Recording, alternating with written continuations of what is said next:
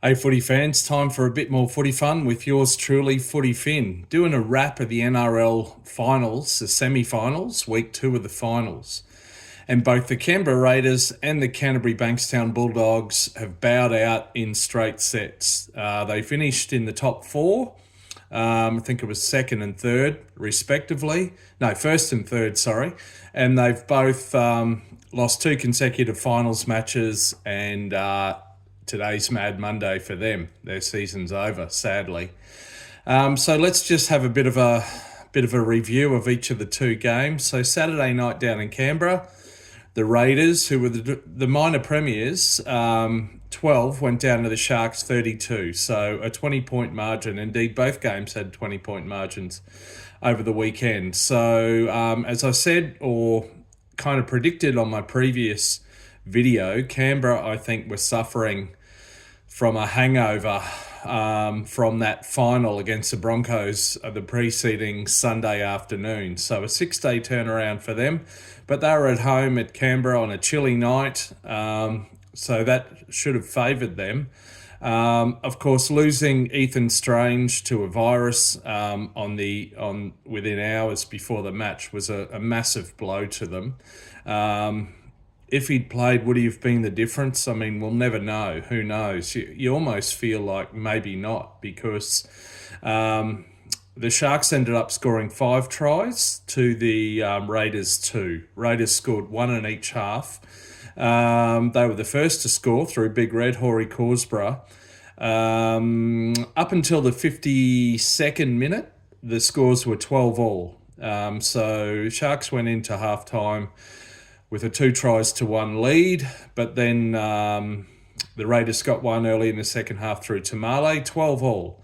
Then basically the final 20 minutes of the game is where I think the fatigue, both mental and physical, caught up with the Raiders, as well as the lack of Strange. And the Sharks started to pull away. So Billy Burns capitalised on some pretty poor defence, got a try in the 52nd minute to give them a 6-point lead, but then crucially in the 59th minute, Nicho Hynes kicked a penalty to give them an 8-point lead, and they didn't really come back from that. Iro scored a try in the 62nd minute. It was pretty much over, I think, by then. But Teague Wilton got one in the 73rd minute as well.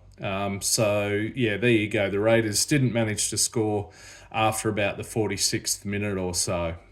So again, that'll be consistent with the fatigue factor, I'd say. For Canberra, they were missing Strange, and their left-sided attack was pretty one-dimensional. They seem to have no better plan than give it to Hudson Young if in doubt. On the other hand, their right-sided defence was pretty leaky and let in some tries, including the one to Billy Burns, then the try for Iro. Crucially, the backs let a bomb bounce, and that usually doesn't end well, does it?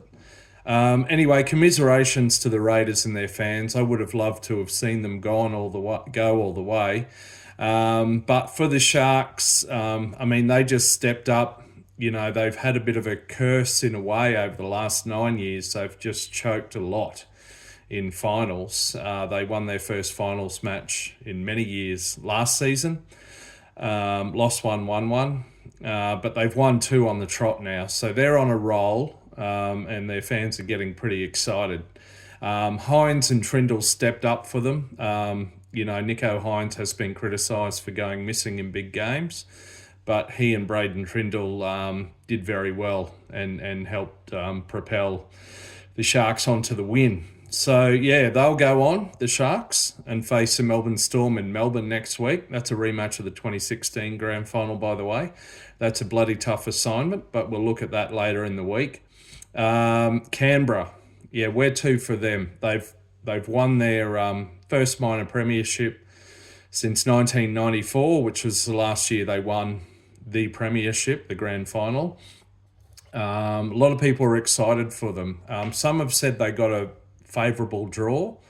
They played sort of the top 4 teams or so only once each. They had a lot of buys later in the season, but hey, I'm not taking anything away from them. That's a fantastic season, and they should be congratulated for them. So for that, but look, the only consolation they might take away is that the last team that bowed out in straight sets after winning the minor premiership was the Dragons in 2009. They lost 2 consecutive finals and bowed out.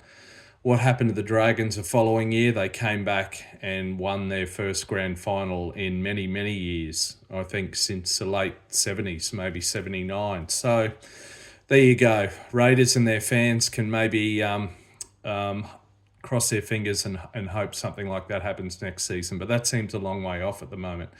Anyway, commiserations. On to Sunday afternoon's game. And look, this was potentially going to be a crackerjack of a match at Stadium Australia. Good crowd. Sadly, though, the Bulldogs had lost their talisman and captain Stephen Crichton to an injury the preceding week down in Melbourne, and that's a massive blow to them.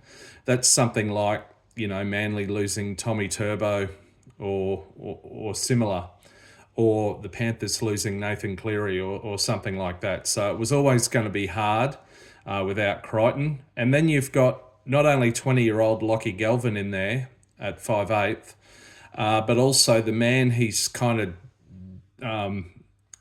in a way, his recruitment has sent Toby Sexton to go off and play in this Premier League for the Catalan Dragons next season. And yet, due to the injury, they had to team up late in the game against Melbourne and then this game.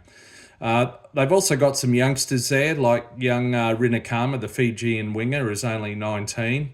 Some of the forwards on the interchange bench in their early 20s. So, yeah, look, it was pretty much over by half-time, this one, sadly, as a contest. Just a dead rubber, really, after that, sadly. I think the teams... Galvin got a try after the Panthers had scored 1 or 2, and the Dogs got an early penalty. But apart from that, the Panthers got 6 tries in the first half alone, and it was 36-8 at half-time. And the way they were playing, it was pretty clear it was effectively all over at that point, barring any miracle. In the end, Alamotti got 3 tries on the one wing, on the right wing, and Brian To'o got 2 out on the left wing. And that says something to you, because there was some great ball movement, some very quick hands, particularly by the centres, leading into some of those tries. I mean, we see the same robotic plays time and again. Isaiah Yeo playing ball distributor, Nathan Cleary in there, through the centres, Dylan Edwards out to the wing, but somehow it just keeps happening. They must be extremely shrewd and strategic about how they run their decoy runners and which shoulders those runners run at. Somehow it's boring as batshit for most of us, but it keeps working. So yeah, commiserations to the Dogs. I didn't think this year was ever going to be their year, but as for the Raiders as well, maybe next year is their year. They've got Leo Thompson coming over from the Newcastle Knights, and Galvin will hopefully, for Doggies fans, cement his place there in the team. So you never know. Maybe we're looking at a Raiders-Dogs grand final 12 months from now, but that's for another day. The Panthers now will come up here to Brisbane to play the Broncos, and I believe that'll be next Sunday afternoon. And that, of course, is a rematch of the 2023 grand final, a prime opportunity for the Broncos to take revenge. Anyhow, I'm going to leave it there for now. Thanks for listening. Please let me know what you think. I should have said this much earlier. I always forget. Please let me know what you think. Drop a comment. Who do you think was hard done by? Who's going to win next weekend? Who's going to end up in the grand final, etc., etc. Please, if you haven't already done so, like and subscribe. That'd help me out a lot. But I'm going to be going out, hanging out around the left edge. Until next time, enjoy the build-up to the 2 prelim finals, and I'll catch you on the next video. See ya.